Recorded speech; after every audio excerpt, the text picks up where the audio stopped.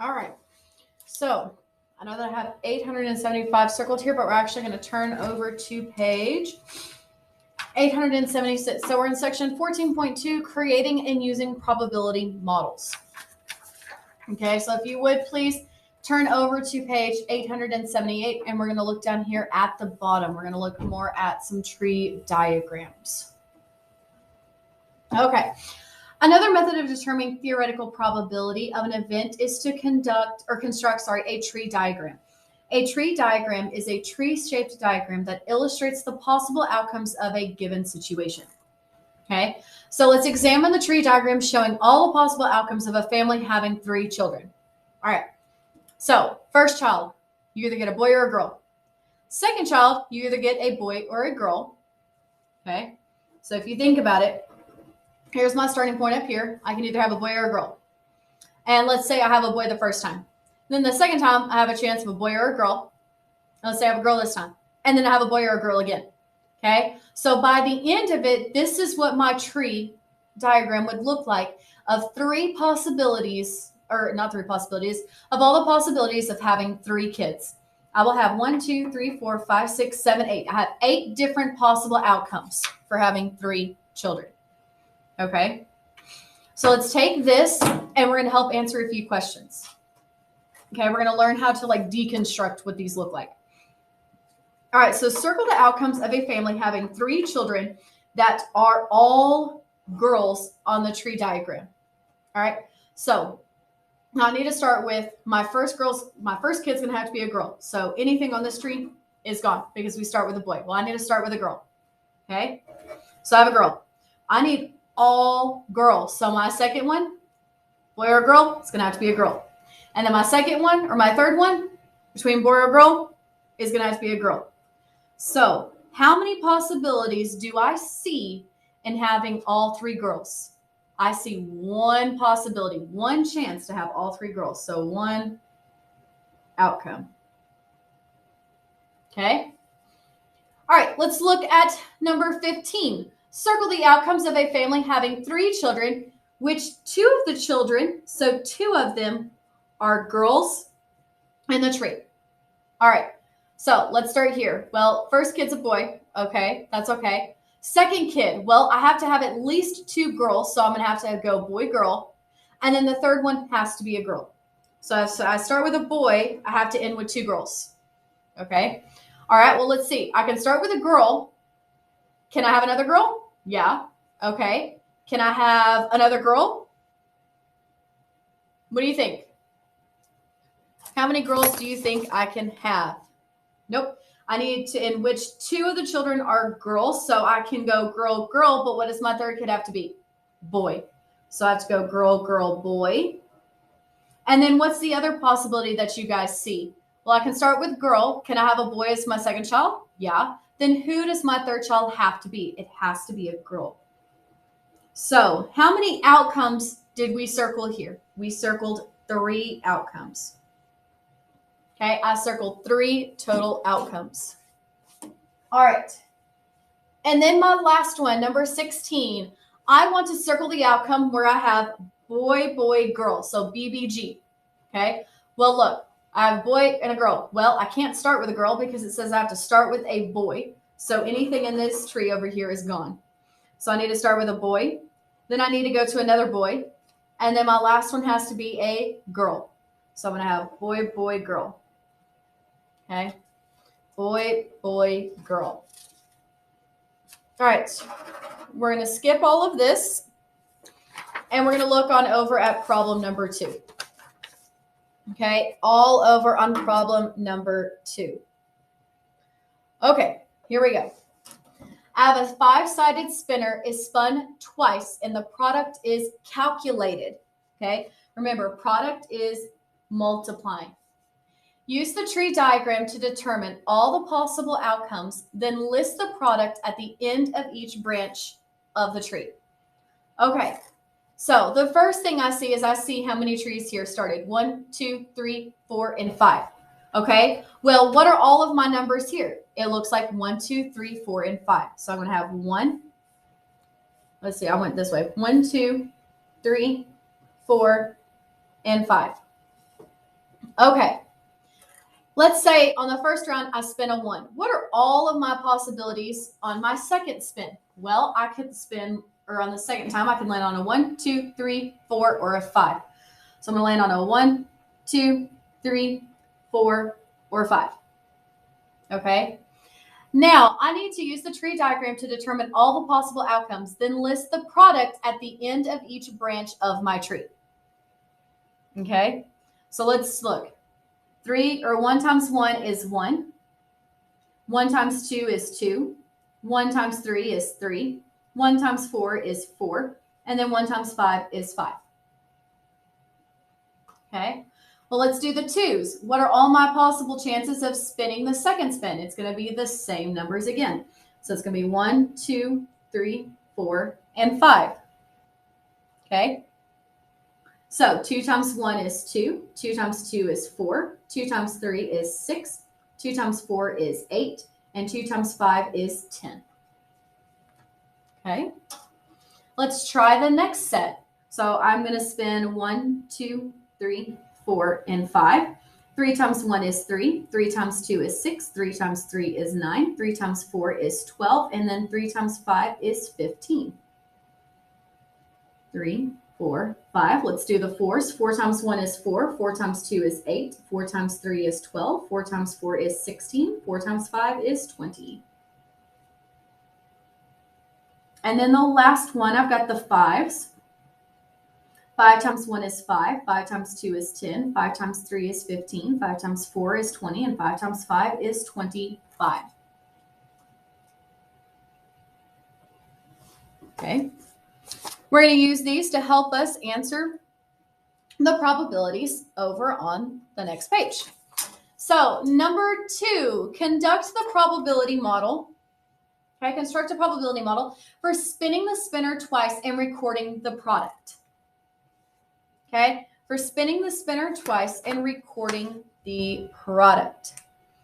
So, how many times am I going to see the product of 1? So I have my other cheat sheet over here. So I'm going to look at everything that's past the equal sign. So how many times do I see the product of 1? Well, I see it 1 time. Out of, I need to find my total. So how many total combinations did I come up with? So, well, let's see. I have 1, 2, 3, 4, 5. 1, 2, 3, 4, 5. 1, 2, 3, 4, 5. 1, 2, 3, 4, 5. 1, 2, 3, 4, 5. So I have 5 out of 5. So 5 times 5 is 25. So to see the product of 1, I have a 1 out of 25. The product of 2, I see that I have 1 times 2 is 2. 2 times 1 is 2. So I see 2 times. So 2 out of 25. The product of 3, I see 3 2 times. 2 out of 25. The product of 4, I see 4 2 times. 2 out of 25. No, wait. 1, 2, 3. Sorry, 3 times. My bad. 3 out of 25.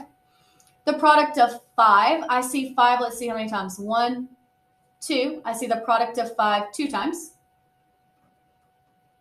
Okay. What about the product of 6? I want to move this over. Product of 6. How many times do I see it? Well, I see it 1, 2. Yep, just 2 times. 2 out of 25. What about the product of 8? I see 8, 1, 2, 2 times. Okay. Product of 9. How many times do I see the product of 9? So I see 9 1 time. So 1 out of 25. What about the product of 10? I see 10, 1, 2, 2 times. 2 out of 25. Product of 12. I see it 1, 2. So 2 out of 25. Product of 15, 1, 2. 2 out of 25. Product of 16, I see it once. Yep, just 1 time, 1 out of 25. Product of 20, I see it 1, 2 times.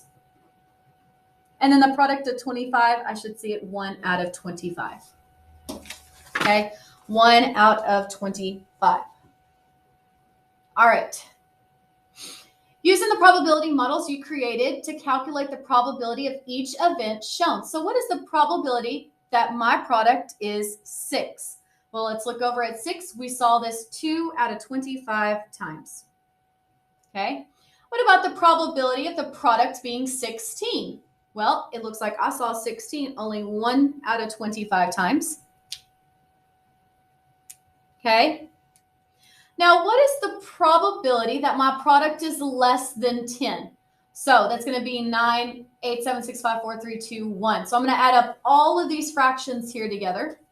So I'm going to have 1 over 25 plus 2 over 25 plus 2 over 25 plus 3 over 25 plus 2 over 25 plus 2 over 25 plus 2 over 25 plus 1 over 25. Now, you do not have to leave these in fractions. You could have said product is 1, 2, 2, 2, or 3, 2, 2, 2, and so on, and then done your fractions down here. It works the same. When adding up fractions, I do not mess with the denominator. It's still 25, okay? And all I'm going to do is add up the top. So 1 plus 2 is 3, 4, 5, 6, 7, 8, 9, 10, 11, 12, 13, 14, and 15. So I have 15 out of 25. Well, I see that they both have a 5 in them, so I know they can reduce by 5. So 15 divided by 5 is 3. 25 divided by 5 is 5. So there's a 3 out of 5 chance that I will get a product less than 10. Okay? All right. Letter D. What is the probability my product is a multiple of 5? Well, let's think about it. 5, 10, 15, 20, 25. Okay? So how many times do I see a 5? I'm going to see the product of a 5. I'm going to see 5 2 out of 25 times. How many times do I see a 10? 2 out of 25. 15, 2 out of 25. 20, 2 out of 25. And then a 25, I see 1 out of 25. So my denominator is still 25, but I'm going to add all these up. 2 plus 2 is 4, plus 2 more is 6, plus 2 more is 8, plus 1 more is 9. So I have a 9 out of 25. Okay, and that one cannot reduce. All right. And the last one, letter E. What's the probability the product is not a multiple of 5? Okay, meaning I want the complement. Okay, so product is 5. What is the complement? The product is not a multiple of 5. Well, if 9 of them are 5, I'm going to take 25 and subtract it by 9. And I should get, let's see, 5, 6, should be 6. And it should be 16 out of 25. Should be what I have left over. 16 out of 25. Complement of what I have. Which is what this is talking about here. The events of a product being multiplied by 5 and the product of not being multiplied by 5 are complementary events. Complementary events, as I'm saying, are events that consist of the desired outcomes and the remaining events that consist of all the undesired outcomes. Together, they include every possible outcome in the same sample space. Okay, so this number plus this number should equal 1. If it does not, then we made a mistake somewhere. Okay, so let's look at number 4. Benita? Let's go with Benita. All right, there we go. Benita says that the product being less than 10 and the product being more than 10 are complementary events. Davika disagrees. Who is correct? All right. I am going to say that Davika is correct. Davika is correct. Okay? Because this is what Benisha is saying. She is saying, so 10 less than 10, so the product of something being less than 10 and the product of something being more than 10, well, what is she leaving out? She's leaving out the number 10. That's not complementary events. So that probability plus this probability, okay, this probability plus this probability does not equal 1. You're missing a number. So Davika is correct because they are not including 10 in either sample space. Okay, they're not including the number 10 in either sample space. All right, what event would be complementary to the event that the product is an even number? My product is not an even number. So my product would be